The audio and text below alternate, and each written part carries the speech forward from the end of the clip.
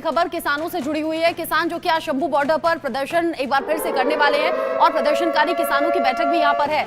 दिल्ली कूच के लिए रणनीति तय करेंगे किसान नेता सरवन सिंह पढ़ेर ने इसको लेकर कहा भी है कि हम अपने इरादों पर डटे हुए हैं, अड़े हुए हैं। बैठक के बाद में आगे की रणनीति किसान बनाएंगे कि आगे आखिर करना क्या है। जो टकराव की स्थिति अभी तक किसानों और प्रशासनिक अधिकारियों की रही है, यानी कि पुलिस वालों की रही है, उसमें किसान भी फूंक फूंक कर कदम रख रहे हैं।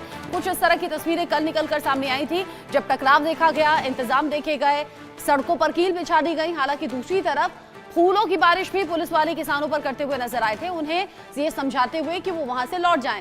फिर जब नहीं माने, वाटर कैनन का इस्तेमाल भी हुआ। यहां जिस तरीके से किसानों को हटाने के लिए कोशिशें नजर आई वो आप टीवी स्क्रीन पर देख भी रहे हैं। किसान नेता सरवन सिंह पढ़ेर की तरफ से ये कहा गया है कि बैठक आज होगी और बैठक को लेकर ही आज रणनीति तैयार करने की बात भी सामने आ रही है, यानी कि बैठक में तय किया जाएगा कि किसानों का अगला कदम अब होना क्या है। किसान नेता सरवन सिंह पढ़ेर जो लगातार नेतृत्व इस आंदोलन का कर रहे हैं। शंभू बॉर्डर पर प्रदर्शनकारी किसानों की आज मीटिंग बुलाई गई है। आंसू गैस के गोले जब छोड़े गए वहां पर किसानों का टिकना मुश्किल हो गया। अब कुछ किसान वहां पर डटे हुए नजर आए, खांसते हुए, आंखों से आंसू निकलते हुए। हालांकि मुंह पर कपड़ा बांधा हुआ था। बहुत से किसान ऐसे भी थे जिन्होंने चेहरे पर पहले ही शील्ड लगाई हुई थी ताकि वो आंसू गैस से बच सके, लेकिन ऐसे में तमाम ये कोशिशें नाकाम साबित हुई। किसानों को खदेड़ा गया। प्रदर्शनकारी किसान जिस तरीके से अभी कह रहे हैं आज की मीटिंग को लेकर कि आगे रणनीति तय करेंगे, देखना होगा कि आखिर आज की मीटिंग में होता क्या है। कुलवीर दीवान इस खबर को लेकर ज्यादा अपडेट के साथ जुड़ गए इंडिया न्यूज संवाददाता। कुलवीर, कल की तस्वीरें हमने देखी, उससे पहले भी देखी, हमने लगातार टकराव देखा है पुलिस और किसानों के बीच में। अब आज की मीटिंग में क्या तय होना है, क्या कुछ जानकारी मिल रही है? सरवन सिंह पढ़ेर कह रहे हैं कि बैठक के बाद आगे की स्ट्रैटेजी तय होगी। देखिए बिल्कुल, क्योंकि 2 बार कोशिश कर चुके हैं। पिछले 4 दिनों में किसान बॉर्डर से उनको लौट आना पड़ता है क्योंकि पुलिस के काफी तगड़े इंतजाम जो है वो किए हुए हैं। एक कदम भी हरियाणा में पुलिस उनको रखने नहीं देना चाहती क्योंकि पुलिस की अपनी मजबूरी है। जैसे कि पुलिस बता रही है कि धारा 163 जो है वो अंबाला में लगाई हुई है, लिहाजा किसी भी तरह से किसानों को एंट्री वहां से नहीं दी जाएगी।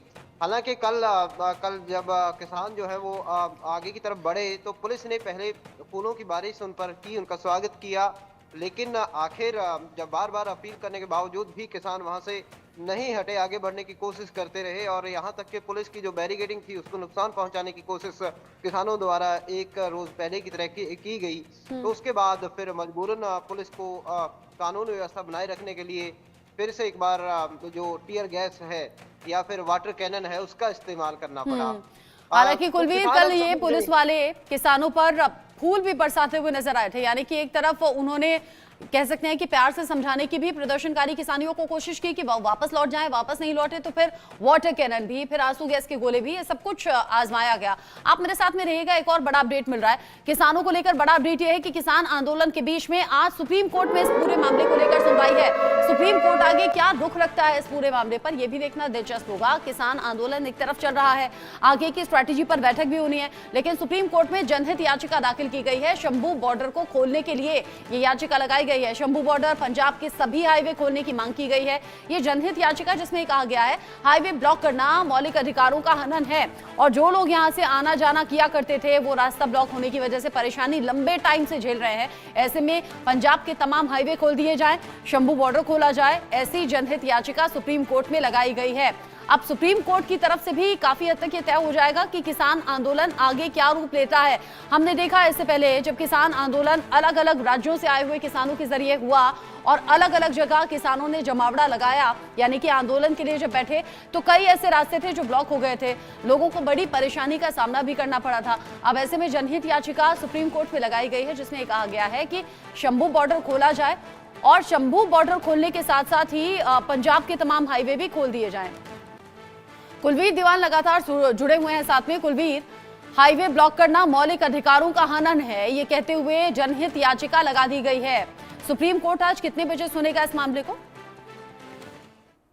देखिए 12 से 1 बजे के बीच में जो है वो सुनवाई इस पर शुरू हो सकती है, ऐसी संभावना जो है वो बनी हुई है। और जहां तक याचिका का सवाल है तो निश्चित तौर पर बहुत सारे ऐसे लोग हैं जो डेली के अपने काम से, चाहे वो अंबाला की तरफ या फिर पटियाला की तरफ, दोनों इस हाईवे का इस्तेमाल करते हैं और खासतौर पर जो लोग प्राइवेट जॉब में हैं या फिर सरकारी जॉब में हैं, क्योंकि ये हाईवे बंद है, लिहाजा इन लोगों को बड़ी परेशानी जो है वो झेलनी पड़ रही है, जिसकी वजह से इनको कई कई किलोमीटर का जो सफर है वो तय करके अपनी अपनी जॉब जो है वो बचानी पड़ रही है।